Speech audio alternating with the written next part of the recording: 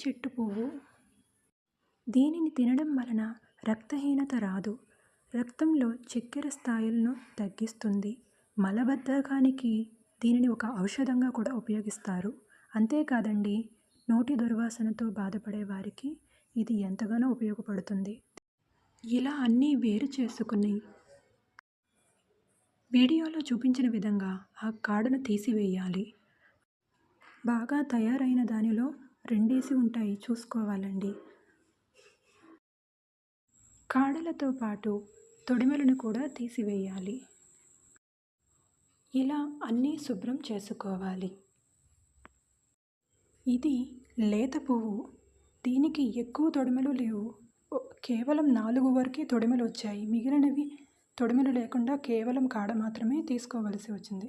వీటిని శుభ్రం చేసుకోవడానికి కాస్త సమయం పడుతుంది కానీ